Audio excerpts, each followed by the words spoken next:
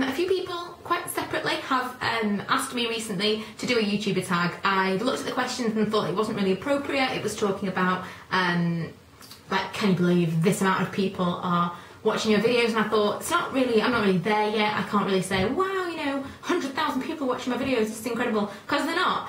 And I'm just not quite at those dizzy heights just yet. Fingers crossed, one day perhaps, but not right yet. And someone suggested I do the Persian Babe tag. I checked it out, the questions I felt were a little bit more appropriate. I believe she made this tag herself, but I'll put the questions below and the link to her original tag video, which I've watched. But I watched a couple of weeks ago and I've been meaning to do this.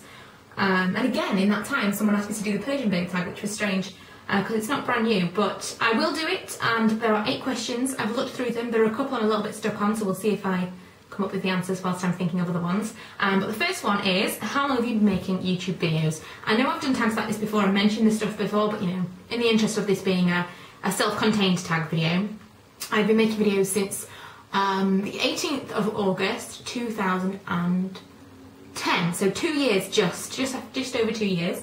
Why did you start making YouTube videos? There are kind of 2 reasons. The reason I kind of discovered YouTube, because again I've spoken about this before, but it's just, I think it's a really strange way to discover this kind of stuff. I didn't really know about YouTube. I didn't watch the YouTube videos. I watched kind of music videos and stuff, you know, funny clips and things like that. I had no idea people talked about this kind of stuff on YouTube. So let's say 2 years and 1 month ago, I had absolutely never heard, 2 years and 2 weeks ago even, I had never heard of the YouTube beauty community whatsoever. If someone mentioned it to me, I'd have been like, what are you talking about?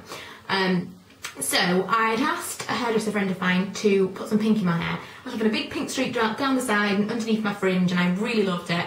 But I was looking for inspiration the day that I was having it done, because she was coming into my house in the evening. So all day I was online looking at pink hair. I discovered a picture, clicked on it, and it went to a YouTube video, and the YouTube video was by Zoe Bella, I believe.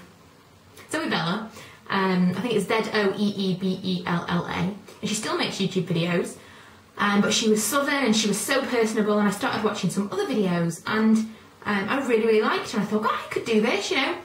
At the time I didn't have a job, I'd been looking for a job for quite a long time, and I was going a little bit stir crazy in the house, so pretty much just from watching her I thought, I'm going to do this looks like so much fun. People are talking to her, they're watching the videos, she's kind of responding to them, and I think that her way of handling YouTube has pretty much influenced the entire way that I handle my YouTube, in that she always responds to everyone. When I got a response from her, because I was new to this kind of thing, because I got a response from her, I was like, oh my god, that's amazing. Someone in another country that's effectively a celebrity to me, because I'd been looking at this person on the TV, effectively. I just thought it was so exciting that she'd responded to me, and I thought it was so nice that she always responded to all of her subscribers and the people that commented on her videos. So I've always done that, and she has been like a big influence to me, and she's the reason that I made the videos in the first place. Soon after I started watching more of her videos, she would talk about other people. Lana Indiana I found through her, who is absolutely amazing. I love her, and she's been so nice to me.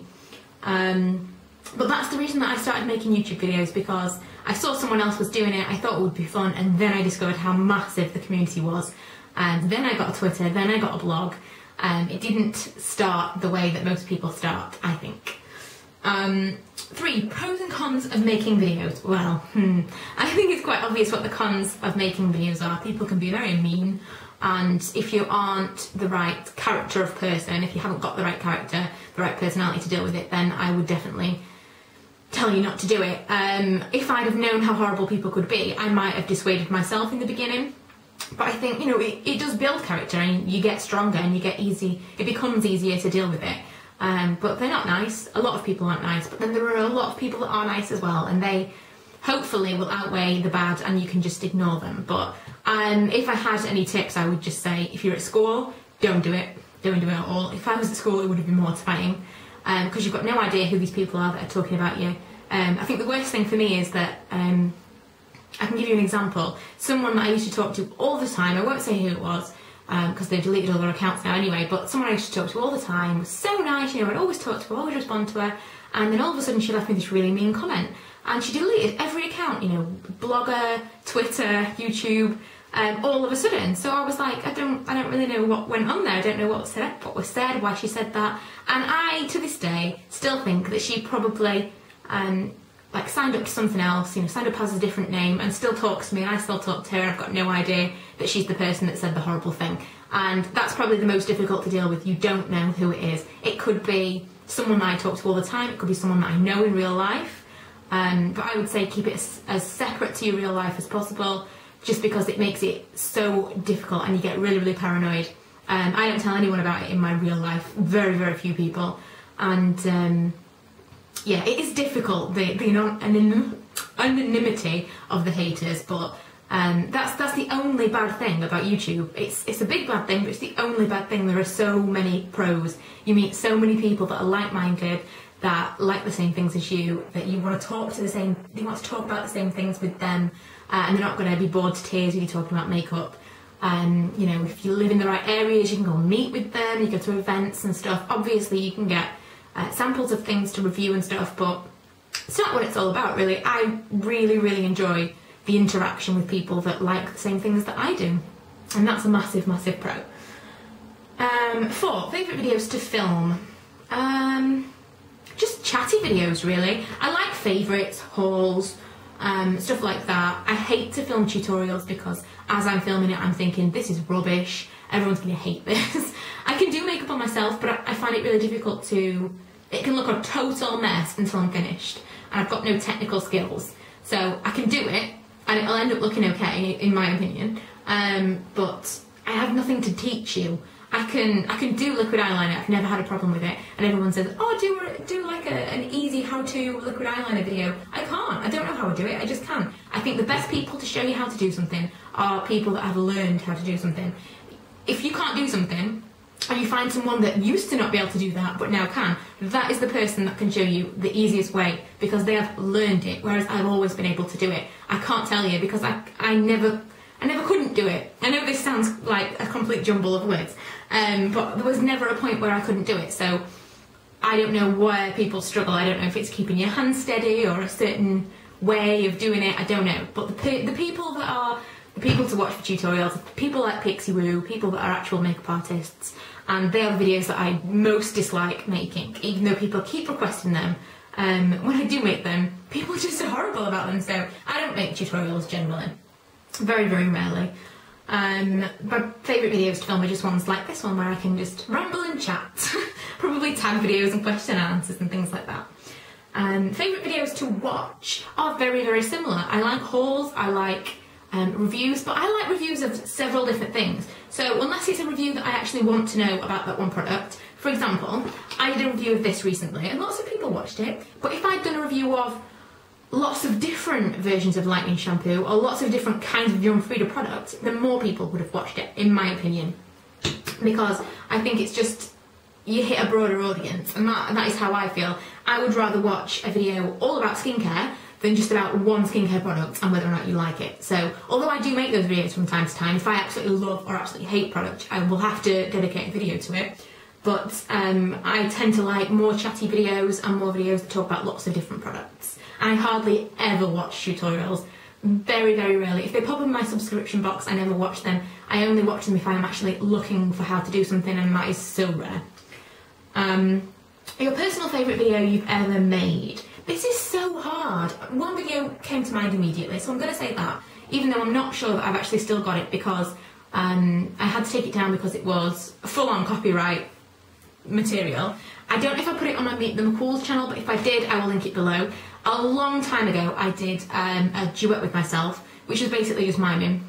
And so many people commented on my original video, wow, you've got a great voice. This was clearly Whitney Houston singing. Whitney Houston and CeCe Williams, I want to say, or Deborah Cox? Deborah Cox? I can't remember. Anyway, it was same script, different casts, and I did both the parts. It was the worst quality video you will ever watch, because I did it on my webcam, and it kind of like was jittering on one side halfway through, but I was so pleased with myself because I did it and I got the software that I'd got to like work, and it made it look like there were two of me, and I was so impressed with myself. And I watch it even now, and even though it's so rubbish, it's my favourite video that I've ever made, and it's completely nothing to do with beauty and stuff like that. But if I had to pick a video that I know is definitely still on here, it would probably be one of the ones with Ella, like the one where Ella did Lee's makeup was really funny. If I can remember, I'm going to link these below, I know I'm supposed to. But it's really, really tricky to think of, you know, I've made like 500 videos. I've deleted a lot by accident, and then I went through and deleted some that I didn't like. But yeah, it's really tricky to think of my own videos, which ones I actually like, because I don't watch back my own videos a lot of the time. Number 7, do people in your personal life support your YouTube channel? Like I said before, I hardly talk about it to people in my personal life at all. My very, very close friends and my family know about it, and sometimes when I meet new people, like in work situations and stuff, I will tell them about it, but it's not on my personal Facebook page, and I would be mortified if the people that I went to school with found me on Facebook, because they would probably be really mean. People that you are friends with on Facebook aren't really your friends, are they? Let's face it, and they'd be looking on there just to take the piss out of you. So much as the people that I know were really supportive, I knew who not to tell. Number 8, how did you build up the confidence to make videos? I really didn't. I think so many people ask me, you know, oh, I'm not sure about making this video. I didn't tell anyone about it. It was a complete secret. I think if I'd said to everyone, I'm going to make a YouTube channel, everyone watch this video when I upload it, I would never have uploaded a video. I didn't tell anyone. I didn't tell Lee about it at first. I just sat in the room, made the videos and uploaded them, and just thought, I wonder what people are going to say. Complete strangers, you know, what are the chances that someone that you know is going to watch that video until you get really, really popular? Even at the level that I'm at now, I don't think anyone I know is going to happen to stumble across one of my videos. It's going to be a 1 in a million kind of chance that that's going to happen.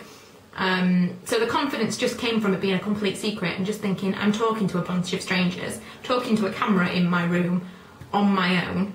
No one's going to see this video, just make it. And I don't know, I think I've just always had the confidence to sit in front of the camera and say that kind of stuff. I must admit, whenever I've had to sit in front of a camera and say something, like a scripted anything, I can't do it at all. It has to be just ad hoc, make it up as I go along.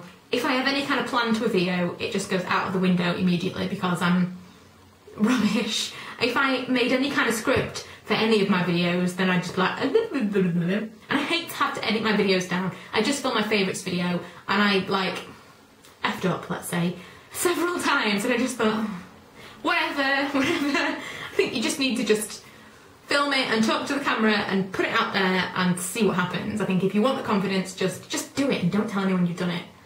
And see what happens. It's not the end of the world, you know, it's just a YouTube video. You can take your YouTube videos down whenever you want. If I felt mortally... what do I mean? Oh my god, it's the middle of the day. Why am I so terribly blah? If I was awfully embarrassed, let's say, I could take it all down tomorrow. So it's not the end of the world, but I wouldn't do it if I was in a peer situation like at school or college or university even, because that would be pretty embarrassing, and I definitely wouldn't recommend that. But otherwise, just do it. It's lots and lots of fun, and I think that I'm always surprised when someone says, "Oh, that's great," you know. I think that's a really great thing to do, and I think, well, why don't you go and do it? Because it's really fun. It's not for everyone, and I understand that now. But yeah, I think that was a really fun tag. I will link all the questions below. If you want to do this video, then consider yourselves tagged, and please leave me a video response. But I really enjoy tag videos, so if there's anything else you want me to do, then let me know. And thanks for watching. If you haven't already, please go subscribe, check out my other videos and my links in the bottom bar.